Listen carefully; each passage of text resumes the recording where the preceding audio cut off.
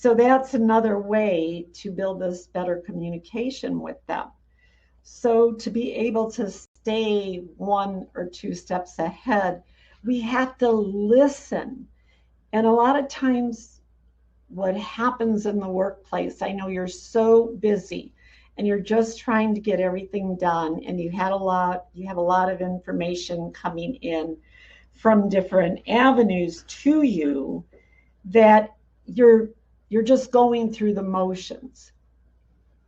So we don't want to be robotic. We want to listen to what they're actually saying.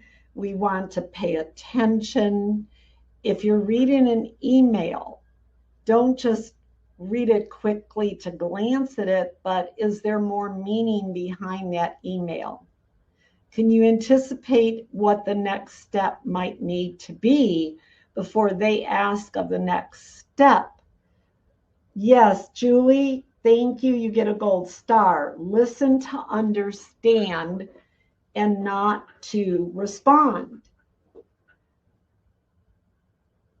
Oh, sorry, Amanda. Yes. So we're on number 2, anticipate needs and questions. So that to me is a very special skill. It's an advanced skill. Also, it's listening to connect the dots. Like if I'm reading something, I'm listening, I'm reading about what's going on. Can I anticipate what that might lead to? Could that create obstacles for us? So always thinking ahead is very important.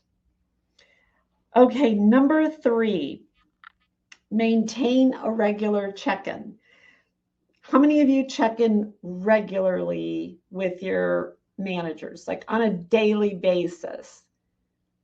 I bet a lot of you are going to say yes. My question is, what tools are you using to check in with each other? When you check in, is it email? Is it instant messaging? Or are you actually talking?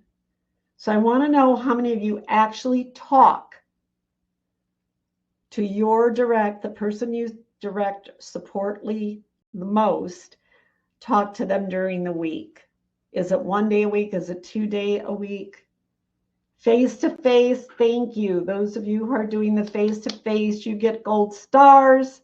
That's outstanding. Talking, yes.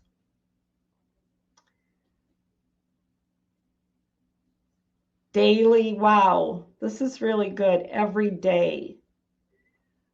So why do I encourage the talking?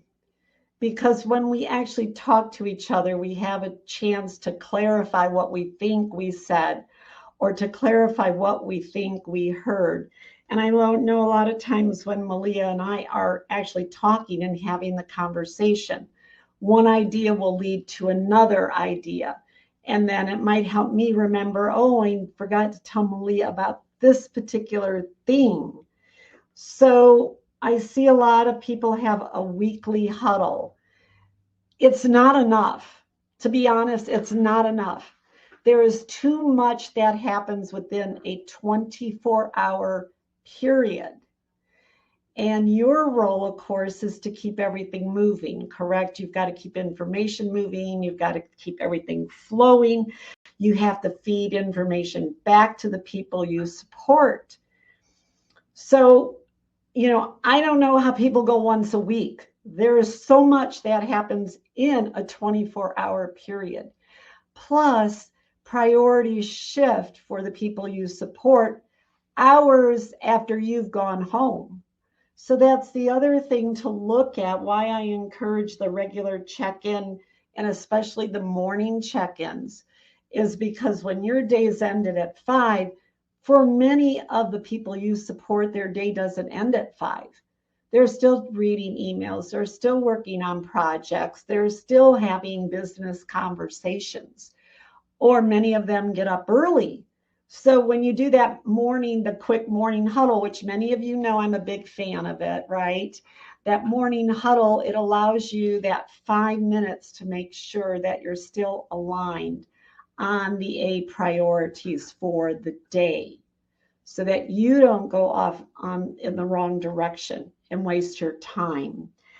I'm really interested, though, to hear and read about the different ways that you do manage your check-ins, because I also know many assistants, in addition to their verbal check-in, they are sending maybe an update at the end of the day and giving a recap of their day.